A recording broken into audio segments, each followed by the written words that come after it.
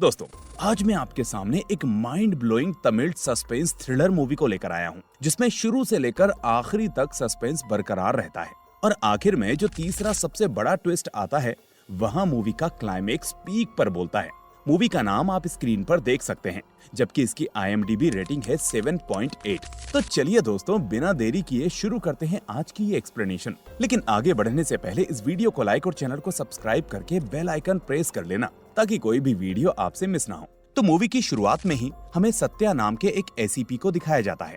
इस सत्या की फैमिली में उसकी बीवी और 2 बेटियां होती हैं, जिसमें से बड़ी बेटी फॉरेन में सेटल हो चुकी है, जबकि छोटी बेटी प्रीति यहाँ पर फिल्म मेकिंग का कोर्स कर रही होती है। आज जब सत्या अपने घर वापस आता है तो प्रीति घर पर मौजूद नहीं होती। अब रात हो चुकी थी, इसलिए वो फौरन प्रीति को कॉल करता है कि बेटा, अभी तक तुम घर क्यों नहीं आई। तो प्रीति कहती है, पापा, मैं कैब का इंतजार कर रही हूँ, लेकिन अभी तक मुझे एक भी कैब नहीं मिली, इसलिए जल्दी से ऑटो लेकर आ जाऊंगी। आप तब तक खाना गर्म करके खा लेना और सो जाना। लेकिन सत्या उससे कहता है कि नहीं बेटा, तुम आ जाओ, हम दोनों तभी बैठकर साथ में खाएंगे। इसके बाद सत्या अपनी बीवी को कॉल करता है, जो कि उसकी बड़ी बेटी के पास अमेरिका उसका ख्याल रखने गई थी, क्योंकि बड़ी बेटी प्रेग्नेंट थी। अब सत्या यहाँ पर बात करते करते बिना खाना खाए ही सो जाता है, वो भी ये सोचकर कि प्रीति आएगी तो उसे खाने के लिए जगा लेगी। फिर जब सुबह होती है तो सत्या सोचता है कि शायद प्रीति ने सोचा होगा कि मैंने खाना खा लिया होगा, इसलिए उसने मुझे रात को नहीं जगाया। इस तरह से अब वो खुद अपने और प्रीति के लिए कॉफी बनाकर प्रीति के कमरे में जाता है, लेकिन शॉकिंगली वहाँ प्रीति कमरे में नहीं होती। इसके बाद वो जाकर वॉशरूम को चेक करता है तो वो वहाँ पर भी नहीं होती। इसके बाद वो उसके नंबर पर कॉल करता है तो उसका फोन भी स्विच ऑफ होता है। साथ ही जब वो अपने घर के CCTV को चेक करता है तो उसे पता चलता है कि प्रीति तो रात को घर आई ही नहीं। इसके बाद सत्या फौरन अपनी ड्यूटी पर पहुंचता है और अपनी टीम को इन्फॉर्म करता है कि कल रात से प्रीति वापस नहीं आई है। ऊपर से उसका फोन भी बंद जा रहा है। कल रात उसे कैब नहीं मिली थी, इसीलिए वो ऑटो का वेट कर रही थी। इसलिए अब तुम लोग जल्दी से उसका लास्ट लोकेशन देखो, क्योंकि हो सकता है ज्यादा देर तक ऑटो ना मिलने की वजह से वो अपनी किसी फ्रेंड के पास रुक गई हो, लेकिन फोन बंद क्यों है ये समझ में नहीं आ रहा। इस तरह से कुछ पुलिस वाले प्रीति की लास्ट लोकेशन के बारे में पता करने लगते हैं और तभी अचानक पुलिस स्टेशन में कुछ लोग कंप्लेंट करने आते हैं। अब शॉकिंगली वो कंप्लेंट उसी एरिया से आती है जहाँ प्रीति का लास्ट लोकेशन था। तो इसीलिए अब पुलिस वाले फौरन उसी कॉलोनी में जाते हैं और कंप्लेंट की वजह पूछते हैं, जिस पर एक औरत पुलिस वालों से कहती है कि सर, हमारे घर के ऊपर विनायक नाम का लड़का किराए पर रहता है, जो कि रात को ऑटो चलाता है, लेकिन आज सुबह जब हमने उसका ऑटो देखा तो उसके ऑटो पर खून के धब्बे लगे थे। ऊपर से वो भी यहाँ पर नहीं है, इसलिए हमें थोड़ा शक हुआ तो आप लोगों को बुला लिया। अब ये सुनकर पुलिस वाले फौरन उस विनायक के घर में जाते हैं, जो फिलहाल लॉक होता है, लेकिन उन्हें उसके अंदर खून के धब्बे दिखते हैं। फिर फॉरेंसिक वाले वहां से सैंपल्स कलेक्ट करते हैं और इसी बीच एक इंस्पेक्टर ACP सत्या के पास आकर उसे कुछ चीजें दिखाता है जो उसी रूम से मिली थी। अब सत्या उन चीजों को देखकर शॉक हो जाता है, क्योंकि वो बिलोंगिंग्स उसकी बेटी प्रीति की थी, जिसमें शामिल था उसका फोन और ब्रेसलेट। ये देखकर सत्या बहुत ही डर जाता है, जबकि इंस्पेक्टर उसे दिलासा देता है कि सर घबराइए मत, प्रीति को कुछ नहीं हुआ होगा, अभी इस ब्लड सैंपल की रिपोर्ट आना बाकी है। इसके बाद इंस्पेक्टर उस हाउस ओनर से विनायक के बारे में पूछता है कि वो क्या काम करता था और यहाँ उसके साथ में कौन रहता था जिससे उसकी अक्सर बात होती थी। तो वो औरत कहती है कि सर, दिन में वो मटन शॉप में काम करता है, जबकि रात में ऑटो चलाता है। साथ ही विनायक के रूम के बगल में कदीर नाम का लड़का रहता है, जिससे वो अक्सर बातें करता है। ये सुनकर अब पुलिस वाले सीधा कदीर के पास जाते हैं और उससे पूछते हैं कि तुमने विनायक को आखिरी बार कब देखा था। तो कदीर कहता है, सर वो तो मुझे कल शाम को मिला था और उसने कहा था कि मेरी बीवी का कॉल आया है, इसलिए मैं अपने गांव जा रहा हूं। तभी इंस्पेक्टर नोटिस करता है कि कदीर के सिर पर एक ताजा चोट लगी हुई है, इसलिए वो उससे उसके बारे में पूछता है कि तुम्हारे सिर पर ये चोट कैसे लगी। तो कदीर कहता है कि सर, मैं फूड डिलीवरी बॉय हूँ। असल में कल काम के दौरान छोटा सा एक्सीडेंट हुआ था, जिसके बाद मैंने हॉस्पिटल जाकर पट्टी बंधवाई थी। इसके बाद इंस्पेक्टर कहता है, तुम एक बार हमारे साथ स्टेशन चलो, कुछ बात करनी है। असल में पुलिस को शक हो चुका था कि ये कुछ न कुछ जरूर छुपा रहा है, इसलिए वो कदीर को अपने साथ ले जाते हैं और तब तक ये पता करवाते हैं कि वो जो बोल रहा है वो सच है या नहीं। इस तरह से अब वो कदीर को स्टेशन ले जाकर पूछते हैं कि तुमने पट्टी किस हॉस्पिटल में बंधवाई और किस टाइम पर, साथ ही तुम्हारा गाँव कौन सा है। इसी बीच एक टीम हॉस्पिटल जाकर इंक्वायरी करती है कि कल कदीर आया था या नहीं। फिर उन्हें पता चलता है कि उसको सच में चोट लगी थी, जिसके बाद वो वहां आया था, लेकिन इंस्पेक्टर को इस बयान पर भी शक होता है, इसलिए वो CCTV चेक करने के लिए कहता है। उधर एक दूसरी टीम उसी मटन शॉप में जाकर पूछताछ करती है, जिसके बारे में उस औरत ने बताया था कि विनायक वहां सुबह काम करता है फिर वहाँ एक शख्स उनसे कहता है, सर आज विनायक काम पर नहीं आया, लेकिन ये उसका रोज का है, क्योंकि वो लड़कियों के पीछे पड़ा रहता है और हर लड़की को घूरता रहता है। इसी चक्कर में उसने अपनी बीवी गांव में छोड़ रखी है, जबकि खुद यहाँ पर अकेला रहता है। अब पुलिस वाले उससे कहते हैं कि ठीक है, लेकिन अगर विनायक आए तो फौरन हमें इन्फॉर्म करना। दूसरी तरफ कुछ पुलिस वाले हॉस्पिटल का सीसीटीवी चेक करते हैं, तो उससे भी कंफर्म हो जाता है कि कदीर ने सच कहा था, यानी उसने वहाँ पट्टी बंधवाई थी। इसलिए अब वो कदीर से कहते हैं कि तुम जा सकते हो, लेकिन अगर विनायक कॉल करे तो तुरंत हमें बताना। इधर सत्या अपनी बेटी को याद करके बहुत परेशान हो रहा होता है और अभी तक उसने ये बात अपने परिवार में किसी को भी बताई नहीं होती, क्योंकि उसकी बीवी और बड़ी बेटी को टेंशन हो जाती। खैर, अब उसी रात कंट्रोल रूम से खबर मिलती है कि अभी अभी किसी जगह पर विनायक का फोन स्विच ऑन हुआ है, जिससे वो लगातार कदीर को कॉल कर रहा है, लेकिन कदीर उसका फोन पिक नहीं कर रहा। इसीलिए अब पुलिस वाले यही बात सत्या को बताते हैं, जिसके बाद सत्या अपनी टीम से कहता है कि फौरन उस लोकेशन पर जाओ और विनायक को पकड़ो। इसी बीच रास्ते में वो इंस्पेक्टर कदीर को कॉल करता रहता है, लेकिन कदीर उसका कॉल भी पिक नहीं करता। लेकिन तभी कुछ पुलिस वाले कदीर को ढूंढ लेते हैं, जो कि अपनी जॉब पर था। फिर वो उससे पूछते हैं कि आखिर तुम फोन क्यों नहीं उठा रहे? तो कदीर कहता है कि सर मैं ड्राइविंग पर था, इसलिए अगर डिलीवरी लेट हो जाती तो रेटिंग कम हो जाती। इसी चक्कर में मैं काम के समय पर्सनल कॉल्स नहीं लेता। इसके बाद पुलिस वाले कदीर का फोन चेक करते हैं, तो सच में उसको विनायक ने कॉल किया था। इसलिए वो लोग उससे कहते हैं कि अगली बार जब भी विनायक तुम्हें कॉल करे तो हमें बताना, क्योंकि देखकर ऐसा लग रहा है जैसे वो तुमसे मिलने की कोशिश करेगा। तो ये सुनकर कदीर कहता है कि ठीक है सर, मैं आपको बता दूंगा। फिर सुबह होने के बाद काफी सारे मीडिया वाले कमिश्नर को घेर कर सवाल करने लगते हैं कि सर सुना है एसीपी साहब की बेटी ही मिसिंग हो गई है, इसलिए अगर पुलिस अपने ही घर वालों की रक्षा नहीं कर पा रही तो पब्लिक की कैसे करेगी? तो कमिश्नर कहता है कि आखिर पुलिस वाले भी इंसान हैं, दिन रात काम कर रहे हैं। क्रिमिनल कभी पहले से बताकर क्राइम नहीं करता, इसलिए हम अपना काम कर रहे हैं, जो भी होगा उसके बारे में जल्दी ही आपको अपडेट देंगे। दूसरी तरफ जब कदीर फूड डिलीवरी कर रहा होता है तो अचानक बाइक चलाते चलाते उसे अजीब अजीब सी आवाजें सुनाई देने लगती हैं। उन आवाजों में कोई बोल रहा होता है, भैया मुझे छोड़ दो, मुझे जाने दो। अब इन आवाजों को सुनकर वो बहुत घबरा जाता है और अजीब तरह से बिहेव करते हुए सीधे पुलिस स्टेशन पहुंच जाता है। फिर अंदर जाकर वो पुलिस वालों से बच्चों जैसी आवाज में कहता है, अंकल मैंने एक लड़की को मार दिया और उसके टुकड़े टुकड़े कर दिए।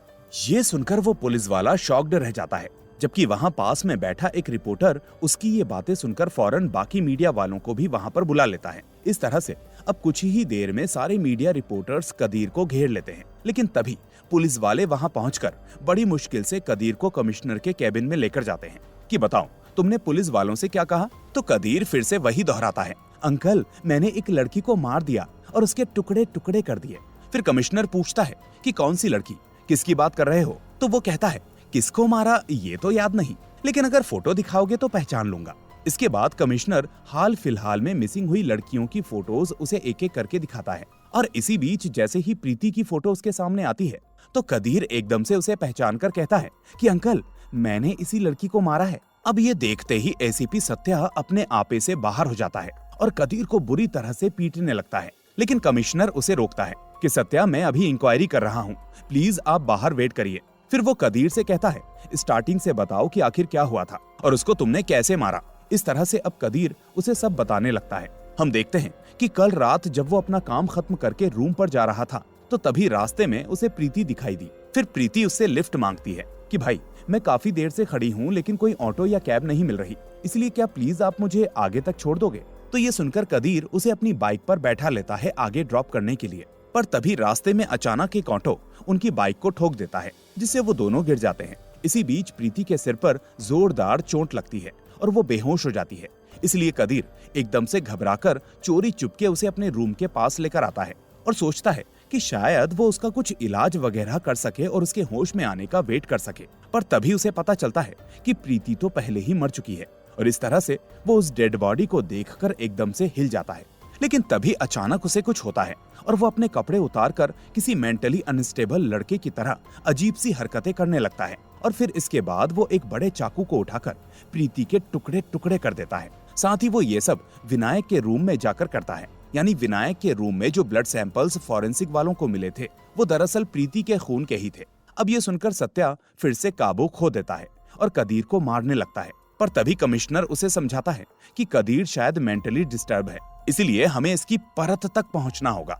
फिर वो कदीर से पूछता है क्या तुमने सिर्फ इसी लड़की को मारा या औरों को भी मारा था? तो कदीर कहता है कि अंकल, मैंने अपनी स्कूल टीचर शांति मैडम को भी मार दिया और उसकी लाश को उसी कब्रिस्तान में दफना दिया। इसके बाद मैंने अपने बेस्ट फ्रेंड हरीश को भी मार दिया और उसकी लाश कॉलेज के पीछे दफना दी। इस तरह से वो उन दोनों जगहों की बिल्कुल एग्जैक्ट लोकेशन भी बताता है। ये सुनकर कमिश्नर आदेश देता है कि कदीर ने जिन जिन के नाम लिए उनके घर वालों से इंक्वायरी करो और साथ ही उसके गांव जाकर भी इसके पेरेंट्स से भी बात करो। इस तरह अब एक टीम कदीर के गांव जाकर उसके माँ बाप को बताती है कि कदीर ने 3 मर्डर कबूल किए हैं। तो ये सुनते ही वो रोने लगते हैं कि नहीं, हमारा बेटा ऐसा नहीं कर सकता, वो किसी को मार नहीं सकता। पर पुलिस कहती है कि आपके बेटे ने खुद इन कत्लों के बारे में कबूल किया है। उधर हम देखते हैं कि कॉलेज के पीछे खुदाई करने पर सचमुच में एक कंकाल मिलता है, जबकि दूसरी तरफ पुलिस कॉलेज के अंदर जाकर हरीश के बारे में पूछती है। अब लेक्चरर्स बताते हैं कि अरे सर, हरीश तो मरा ही नहीं, वो तो फॉरेन में सेटल है। आपको ये किसने बता दिया कि उसे किसी ने मार दिया? वहीं कुछ पुलिस वाले स्कूल जाकर शांति टीचर के बारे में पूछते हैं तो शॉकिंगली खुद शांति मैडम सामने आकर कहती है कि मैं ही शांति हूँ, बताइए क्या काम है? अब पुलिस वाले बताते हैं कि कदीर ने कहा था कि वो आपको मार चुका है, इसलिए हम आपके बारे में पूछताछ करने यहाँ आए थे। लेकिन अब टीचर उनसे कहती है कि ये क्या बात कर रहे हो, मैं तो जिंदा हूँ। दूसरी तरफ कब्रिस्तान में खुदाई करने पर वहाँ पुलिस वालों को एक कंकाल मिल जाता है और बाकी दूसरी जगहों पर भी जिनके बारे में कदीर ने बताया था। इसलिए ये सब देखकर पुलिस पूरी तरह से कंफ्यूज हो जाती है कि जिनको कदीर ने मरा हुआ बताया वो सब तो जिंदा हैं, लेकिन जिस जिस लोकेशन पर खुदाई की वहाँ सच में कंकाल निकल रहे हैं। तो आखिर ये कैसे पॉसिबल है? अब इसी बीच एक पुलिस वाला कब्रिस्तान के केयरटेकर से पूछता है कि ये कंकाल किसका है, याद है? तो वो कहता है कि सर, यहाँ जहाँ भी खुदाई करो कोई ना कोई कंकाल तो मिलेगा ही, आखिर मुझे कैसे याद होगा कि ये किसका है? तो फिर थोड़ी देर बाद फॉरेंसिक डॉक्टर इंस्पेक्टर को कॉल करके बताता है कि कब्रिस्तान वाला कंकाल करीब 40 साल पुराना है। जिसके बाद इंस्पेक्टर ये बात सत्या को बताता है। आगे इंस्पेक्टर उससे कहता है कि सर, लगता है कदीर झूठ बोल रहा है और प्रीति को मारकर केस भटकाने के लिए बाकी कहानियां बना रहा है। पर सत्या कहता है कि जो भी हो, तुम अपनी इंक्वायरी जारी रखो और विनायक का फोन भी ट्रैक करते रहो, क्योंकि कदीर ने अपना जुर्म कबूल कर लिया है, इसलिए हमें एक बार क्रॉस चेक करना ही पड़ेगा। वहीं अगले दिन पुलिस कदीर को कोर्ट में पेश करती है ताकि केस फॉर्मली क्लोज कर दिया जाए। लेकिन जैसे ही कदीर कोर्ट में आता है तो वो जज को देखकर एकदम से उसे अंकल अंकल कहकर बुलाने लगता है। ये देखकर जज गुस्से में कहता है, ये किस पागल को कोर्ट में लेकर आ गए हो? क्या इस पागल को फंसाकर केस को क्लोज करना चाहते हो? चलो पहले ढंग से इन्वेस्टिगेशन करो और असली कातिल को पेश करो। और इस तरह से कोर्ट कदीर के बयान पर भरोसा नहीं करता और कोई सख्त एक्शन भी नहीं लेता, जिससे ये साफ हो जाता है कि असली खेल अभी बाकी है। और इसी बीच सत्या की पत्नी वापस इंडिया लौटती है, जिसे देखकर सत्या टूट जाता है और उससे कहता है कि हमारी बेटी प्रीति अब इस दुनिया में नहीं रही। ये देखकर उसकी बीवी भी शॉक हो जाती है और फूट फूट कर रोने लगती है। और दोस्तों, यहीं आता है इस मूवी का पहला ट्विस्ट, जहां हम देखते हैं कि अचानक एसीपी सत्या के पास किसी शख्स का फोन आता है, जिसके बाद वो अपनी बीवी को लेकर फौरन एक हॉस्पिटल में पहुंचता है। अब यहाँ पर हम देखते हैं कि सत्या की बेटी प्रीति अभी भी जिंदा होती है और डॉक्टर्स उसका इलाज कर रहे होते हैं। फिर जब सत्या उस डॉक्टर से बात करता है तो वो डॉक्टर उसे बताती है कि प्रीति पिछले 1 हफ्ते से इसी हालत में है। और इसी बीच जब वो होश में आती है तो अचानक किसी चीज को देखकर घबरा जाती है और फिर से बेहोश हो जाती है। वो आगे कहती है कि प्रीति के हाथ पर गहरा जख्म था, जिससे बहुत ही ब्लड लॉस हुआ था और इसी वजह से वो अभी मेंटली और फिजिकली दोनों तरह से कमजोर है, इसलिए आप लोग उससे ज्यादा पूछताछ मत करना। अब इसी बीच होश में आने पर प्रीति अपने माँ बाप को देखकर रो पड़ती है। फिर सत्या अपने इंस्पेक्टर से पूछता है कि क्या तुमने डॉक्टर के स्टाफ से बात की कि प्रीति इस हॉस्पिटल में कैसे आई? तो इंस्पेक्टर बताता है कि सर, उनका कहना है कि कुछ लड़के वाटर टैंक के पास क्रिकेट खेलने गए थे और वहीं पर प्रीति उन्हें बेहोश पड़ी मिली थी, जिसके बाद उन्होंने ही उसे हॉस्पिटल में भर्ती कराया और फिर पुलिस को इस बारे में खबर दी और फिर ये खबर आपको मिली। अब सत्या पूछता है कि उस विनायक का क्या स्टेटस है, क्या उसके बारे में कुछ पता चला? तो इंस्पेक्टर कहता है कि सर, विनायक तो अभी तक फरार है, लेकिन हम जल्दी ही उसे ढूंढ लेंगे।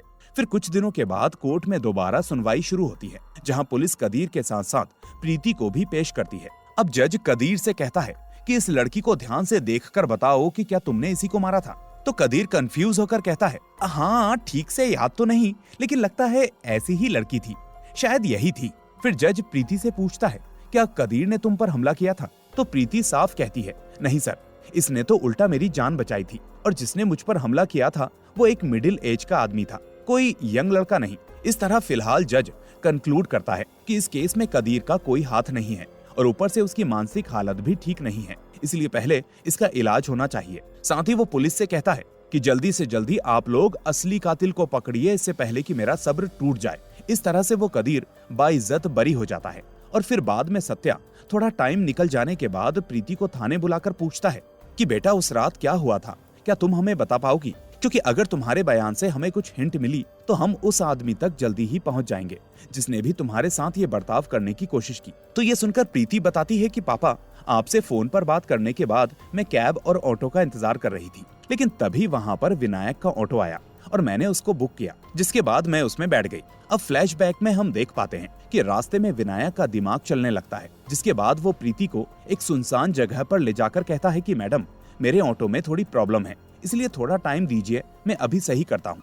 इस तरह से अब वो पीछे जाकर लोहे की रॉड से उसके सिर पर वार करता है, जिससे वो बेहोश हो जाती है। फिर विनायक उसे अपने कमरे में ले जाकर चाकू दिखाते हुए उससे जबरदस्ती करने की कोशिश करता है और उससे कहता है कि बस 2 मिनट का काम है, हम दोनों एंजॉय करेंगे, जिसके बाद मैं तुम्हें वहीं छोड़ दूंगा जहाँ तुम जा रही हो। तो दोस्तों, यहाँ हम समझ जाते हैं कि उस मटन की दुकान वाले आदमी ने सही कहा था। ये विनायक असल जिंदगी में औरतों और लड़कियों के पीछे पड़ा रहता है। खैर, अब प्रीति रोते हुए उससे मिन्नतें करती है कि भैया प्लीज मुझे छोड़ दो, इसके बदले मैं आपको पैसे दे दूंगी, पर प्लीज मुझे जाने दो। अब यही आवाज पास वाले रूम में कदीर तक पहुंच जाती है, जो अभी अभी काम खत्म करके अपने रूम में लौट रहा होता है। लेकिन अब वो उस आवाज को सुनकर फौरन विनायक के कमरे तक पहुंचता है और प्रीति की हालत को देखकर हक्का बक्का रह जाता है।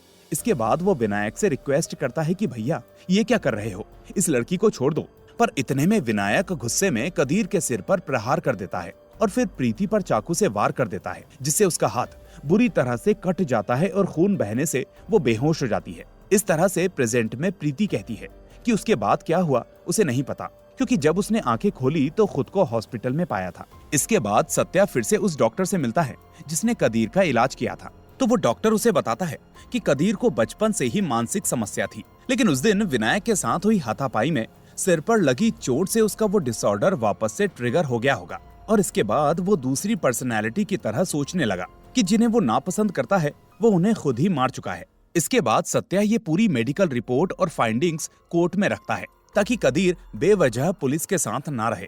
इस तरह अब जज साफ करता है कि कदीर का इस केस से सीधा लेना देना नहीं है और इस तरह से वो उसे औपचारिक रूप से बरी कर देता है। जिसके बाद ये फैसला सुनकर कदीर के माता पिता सत्या को बहुत ही धन्यवाद देने लगते हैं।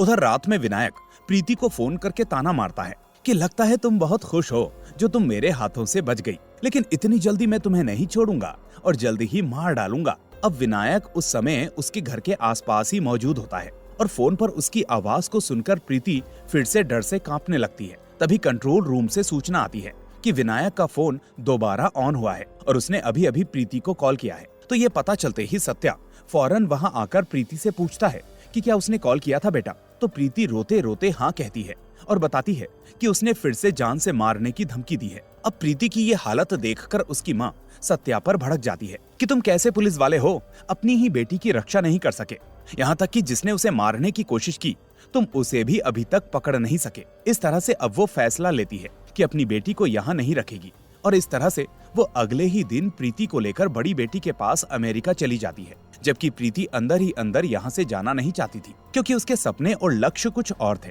खैर, अब सत्या अपनी टीम को हिदायत देता है कि विनायक के फोन को लगातार ट्रैक करते रहो और जैसे ही उसकी लोकेशन या एक्टिविटी की जरा सी भी अपडेट मिले तो तुरंत उसे इन्फॉर्म किया जाए। अब थोड़ी देर के बाद वो इंस्पेक्टर एसीपी सत्या को कॉल करके कहने लगता है कि सर, उस विनायक का फोन दोबारा ऑन हुआ है और एक लोकेशन भी ट्रेस हुई है। तो सत्या उससे कहता है कि मैं भी अभी इसी लोकेशन पर हूँ, आप लोग भी यहीं आ जाओ, तब तक मैं छानबीन करता हूँ। और दोस्तों, यहाँ आता है दूसरा खतरनाक ट्विस्ट, जहाँ हम देखते हैं कि असल में विनायक का फोन सत्या के पास ही होता है जिसे उसने अभी अभी ऑन किया था। इसके बाद सीन फ्लैशबैक में जाता है जहां हम देखते हैं कि जब सत्या अपनी बेटी प्रीति और बीवी को एयरपोर्ट छोड़ने के लिए जा रहा था तो वो कार में ही अपनी बेटी से कहता है कि वाह बेटा, तुम तो जबरदस्त एक्टिंग कर रही हो, आखिर फिल्म मेकिंग पढ़ रही हो तो एक्टिंग तो आती ही होगी।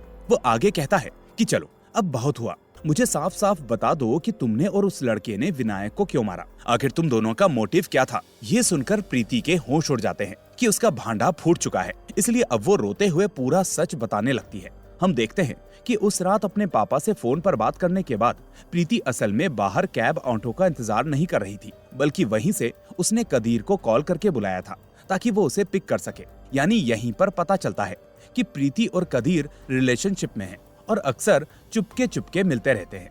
खैर, अब कदीर बाइक से आता है और प्रीति को अपने रूम की तरफ लेकर जाता है। तभी रास्ते में प्रीति कहती है कि फौरन अपने रूम के पास ले चलो, मुझे टॉयलेट जाना है। तो इस तरह से कदीर प्रीति को चुपके से अपने रूम के कॉमन बाथरूम की तरफ लेकर जाता है। यानी वो बाथरूम कदीर और विनायक दोनों यूज करते थे। अब उसी वक्त विनायक अपने कमरे में होता है, जिसे अचानक एक लड़की की आवाज सुनाई देती है जो दरअसल प्रीति ही थी।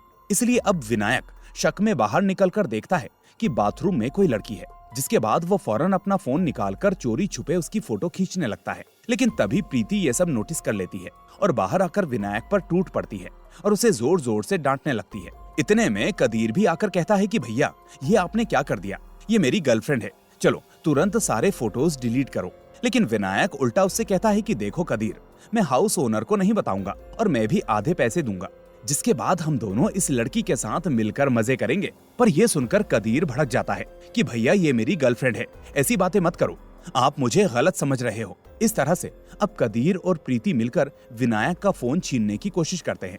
पर तभी इसी हाथापाई में विनायक जोर से धक्का खाकर नीचे गिरते हुए सीधा फर्श से टकराता है और सिर्फ फूट जाने की वजह से वहीं पर उसकी मौत हो जाती है। इसके बाद जब वो दोनों घबराकर उसका फोन चेक करते हैं तो देखते हैं कि कोई भी फोटो ठीक से खींच नहीं पाई थी। यानी सब फोटोज या तो धुंधले थे या फिर ब्लर थे। अब सामने पड़ी लाश को देखकर प्रीति और कदीर के होश उड़ जाते हैं, जिसके बाद प्रीति फूट फूट कर रोती है कि गया हमारा करियर, सब खत्म हो गया, अब हम दोनों सीधा जेल जाएंगे। पर थोड़ी देर बाद कदीर खुद को संभालते हुए प्रीति से कहता है कि तुम रूम में जाओ, तब तक मैं इस बॉडी का इंतजाम करता हूँ, घबराओ नहीं।